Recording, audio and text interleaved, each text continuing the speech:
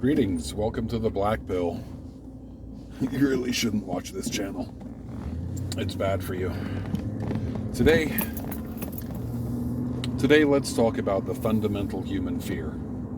The fundamental human fear is this: if you knew me, you wouldn't like me.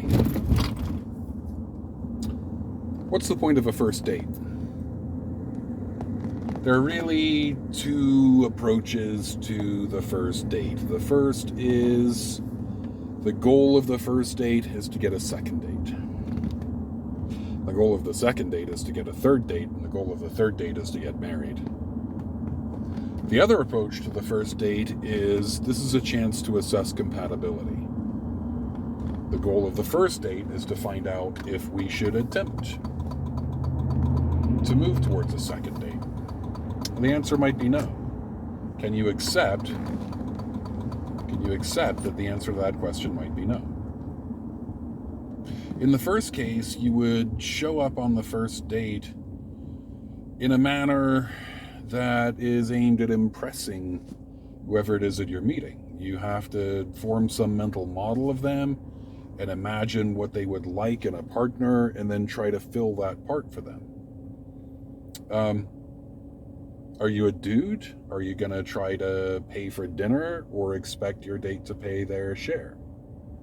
Well, that might depend on how old your date is and whether you live in a city or in the countryside. You have to work all that out. Are you going to wear your best clothes? Are you going to be freshly groomed? Are you going to carefully coif your facial hair?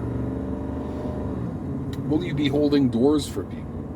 How do you know that they will like having a door held for them? You have to guess. You guess based on the prevailing social standards of the time. Okay. Maybe you're a female type human and you show up on the date with your makeup done to a standard you wouldn't usually do it for a casual night out. And so on. Maybe you laugh at your date's jokes diligently. Maybe you're accommodating, and maybe you're more accommodating than usual. It's a fine strategy, and lots of people go on second dates. To some degree, the strategy works. Here's the thing. If the person agrees to go on more dates with you, are they really agreeing to go on more dates with you, or are they dating who you're pretending to be?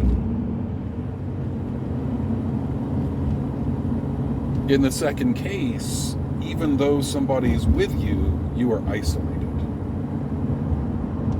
And eventually masks come off. Eventually masks slip. People see what's behind them. When they find out who you really are, that person you've been dating is going to feel betrayed. You've been lying. Of course they don't like you.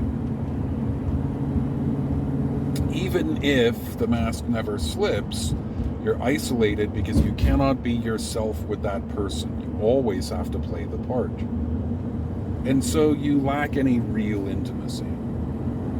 Intimacy in this case being, I can tell you how I feel and you listen and try to understand. You can tell me how you feel and I'll reciprocate.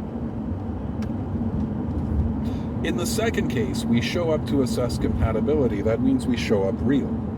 We are ourselves. If you're a person who tells a lot of dad jokes, you don't refrain from telling dad jokes. You don't refrain from telling dad jokes because they might turn somebody off. You tell them to make sure that if we're on a second date, you're on a second date with someone who actually likes you.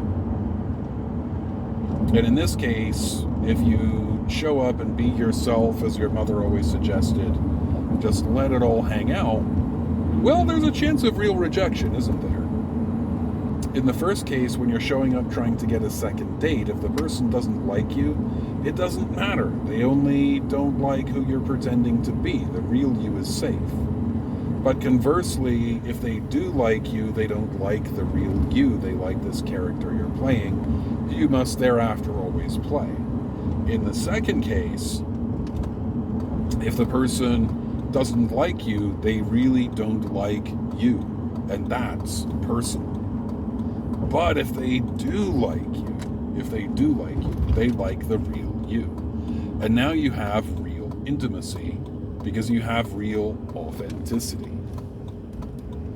This is the fundamental human fear. If you knew me, you wouldn't really like me.